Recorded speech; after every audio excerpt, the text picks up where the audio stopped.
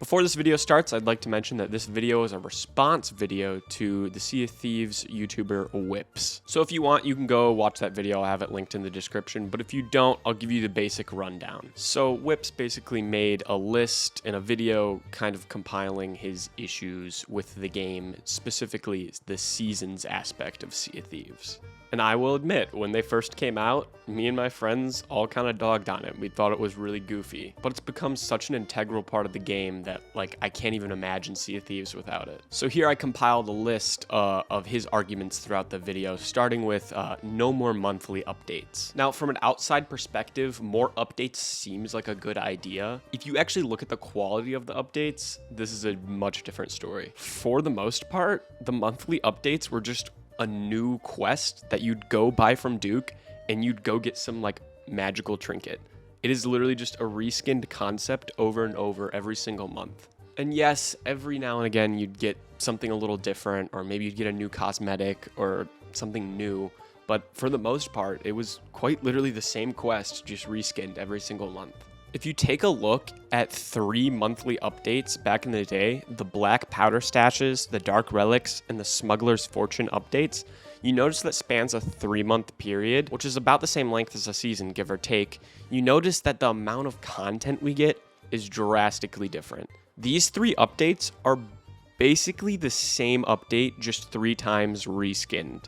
In the Black Powder Stashes, you're going to dig up kegs and you sell them. In the Dark Relics, you go to dig up Dark Relics and you sell them.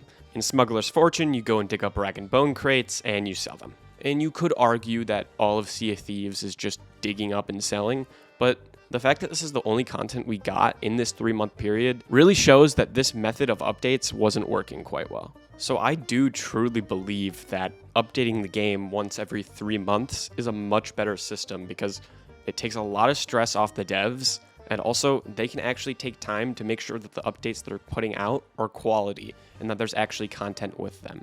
And you can definitely notice this looking at the previous updates that were month to month versus the season updates. You're getting a lot more content. The second major point he mentioned in his video was cosmetics, which I'm just going to dispute very quickly. That is absolutely not true. The cosmetic quality has not dropped at all. You named maybe 2 of very few items back in the day that actually looked good, and if you compare them to current day, there's a drastic difference. And the only reason players really like the limited time cosmetics and items is because they are limited time. And no one looks at the season pass as if it is limited time, because it is. You can't get those items after, which makes it kind of cool when you go, oh, what season are you from? And you're like, oh, I'm season 3. And then you say, oh, I have this cosmetic or I have this tattoo. And then other people don't have that, and it's more exclusive. It is a limited time item. You're just not looking at it as it is. Okay, this next point makes me laugh quite a bit. He said the loading screens are worse. Come on, dude, you can't, bro. Now, I will say the menu screens I'm a little iffy about. A couple months ago, I tweeted out to Joe Neat and Sea of Thieves about the menu screens, because I had kind of a similar concern. And then he replied, not very happy. And then the next update, he seemingly just dropped the hardest Sea of Thieves menu screen ever. Like I said, I am a little bit iffy about the menu screens, so I do partially agree with Wixps there. But for the most part, most of them are pretty solid.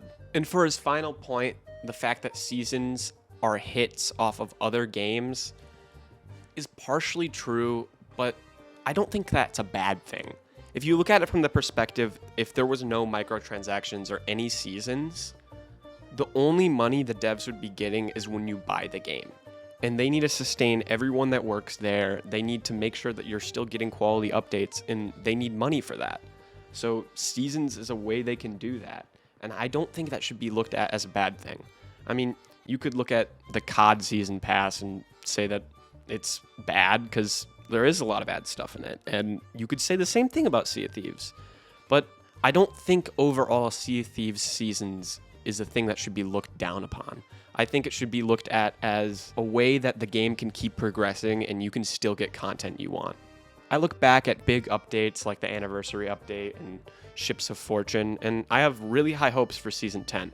I mean, the fact that they delayed it It better be good. Anyways, no hate towards Wixps. Like I said, this is all just opinion based, so feel free to go comment down below and like argue with my opinion, because that's completely valid. This entire video is an opinion piece. So go subscribe to Wixps. Make sure you subscribe here. Yeah, thanks.